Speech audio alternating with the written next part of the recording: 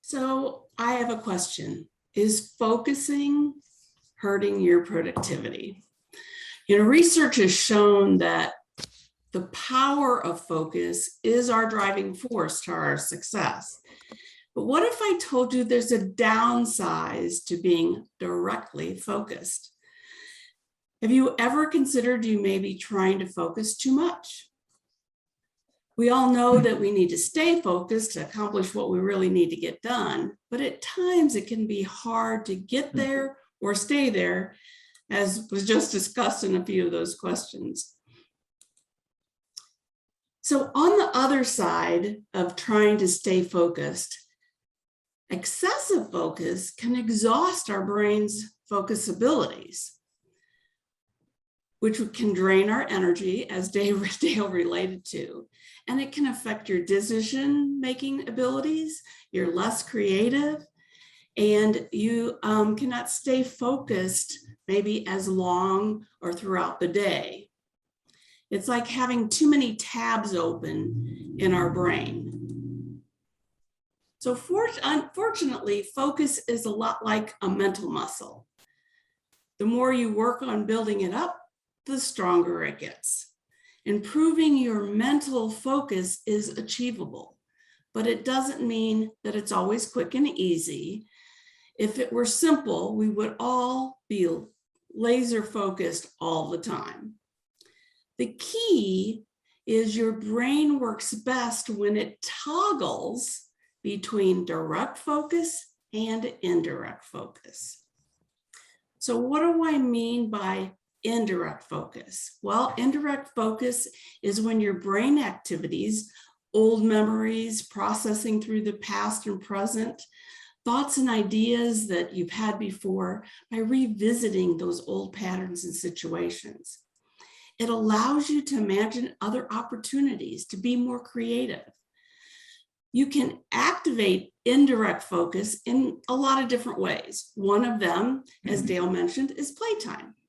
Another, he talked about napping. And napping is one of my favorite, but also positive daydreaming. Just time to just let your mind wander and think differently. So take some time to consider maybe other person's perspective on a situation. Do some role playing can also help you get into that more subconscious and allow you to be more indirect focus. So think about taking a walk, being in nature, some playful time with your pet. Just really, it's more of that, maybe what Dale was talking about, mundane, but really just some time so that you can be more creative and think through creative processes. I'm sure you've had those days where, you put your head down, got busy, cleared off your desk, zeroed out that inbox, and blasted through the project at hand, right? And you feel really focused and accomplished. Everybody had, those days.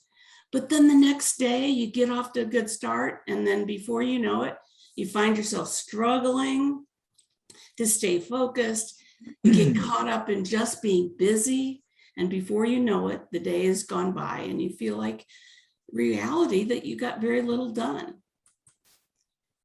So if we intentionally build in indirect focusing into our day, we are more likely to be able to stay focused longer when we really, really need to have that direct focus time. When we practice indirect focusing, it allows us to refresh our brain energy. It also allows us to dig deeper into our subconscious, coming up with new exciting ideas or solutions, making decisions that we would normally maybe not formulate.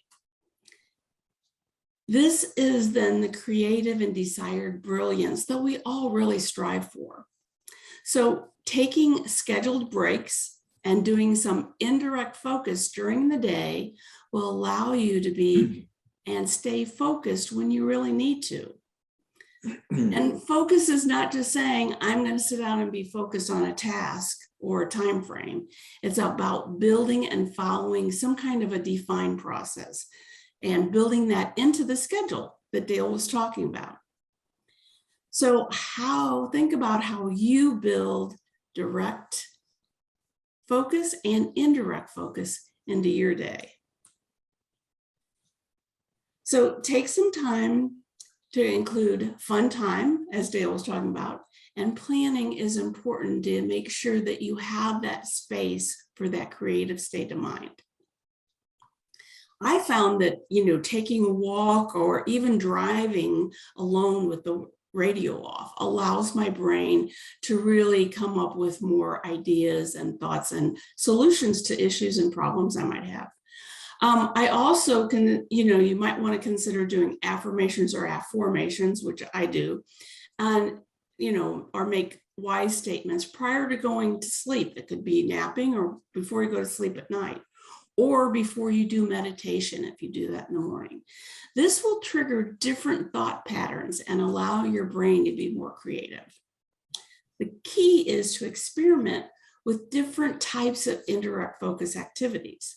Find which ones work best for you and be intentional with using them throughout the day.